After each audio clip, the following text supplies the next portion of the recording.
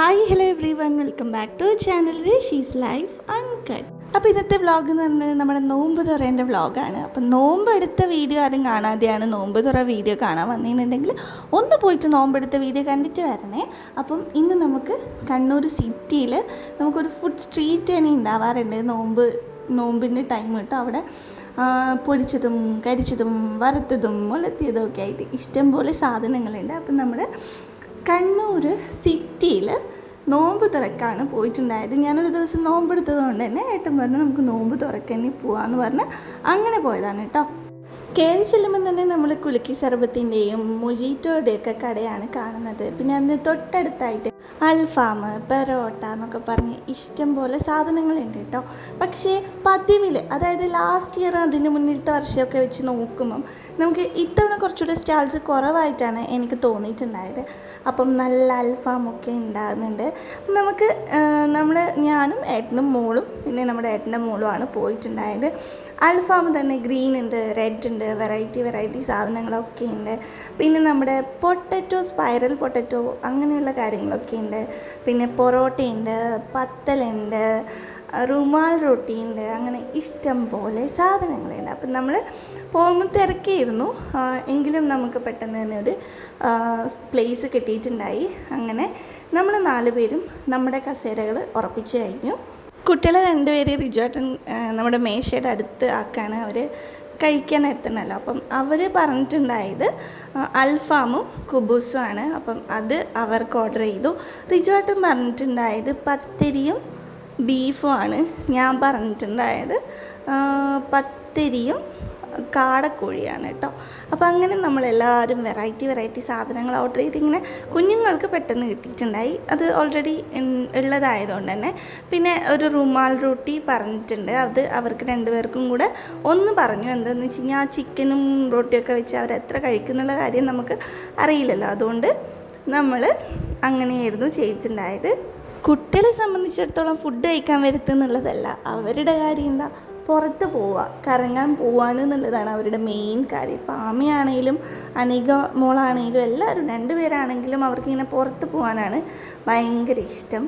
അപ്പം നമുക്ക് തന്ന കൂട്ടത്തിൽ ഇത് ആദ്യം നമ്മൾ വിചാരിച്ചിട്ടുണ്ടായത് പായസമാണെന്നാണ് കേട്ടോ.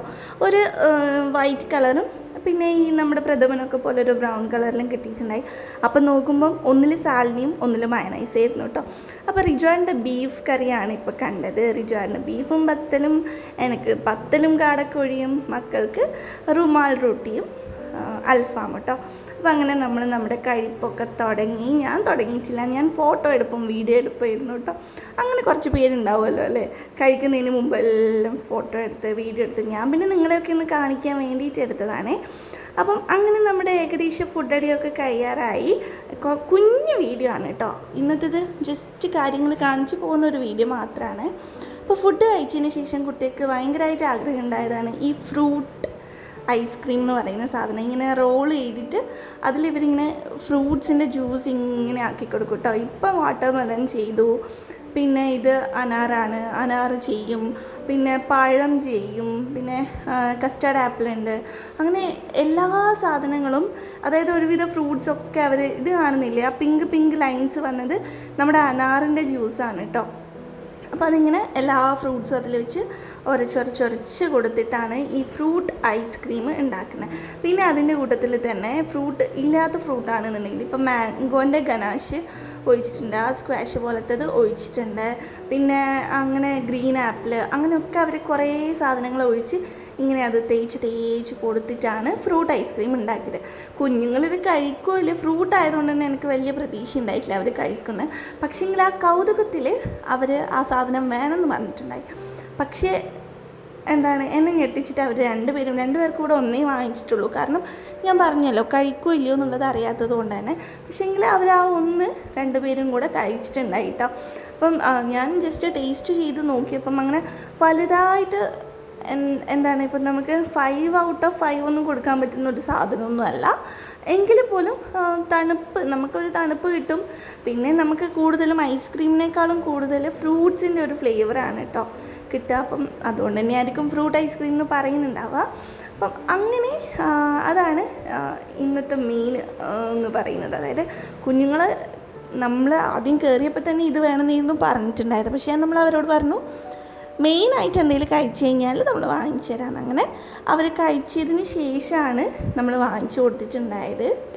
അവിടെ ഇത് കണ്ടു നിൽക്കാൻ മാത്രം ഇഷ്ടം പോലെ ആൾക്കാരുണ്ടായി. പിന്നെ നമുക്കൊക്കെ ഒരു കണ്ണിന് പുതുമയുമാണ് എന്താണെന്ന് വെച്ച് കഴിഞ്ഞാൽ ഇങ്ങനെ ഫ്രൂട്ട്സ് വെച്ചിട്ട് ചെയ്യുന്നതും അങ്ങനെയൊക്കെ ആയിട്ട്. അപ്പോൾ ലാസ്റ്റിലേട്ടായിട്ടാണ് നമ്മുടെ ചോക്ലേറ്റ് സിറപ്പ് വെച്ചിട്ട് അവർ ഫൈനലൈസ് ചെയ്യുകയാണ്.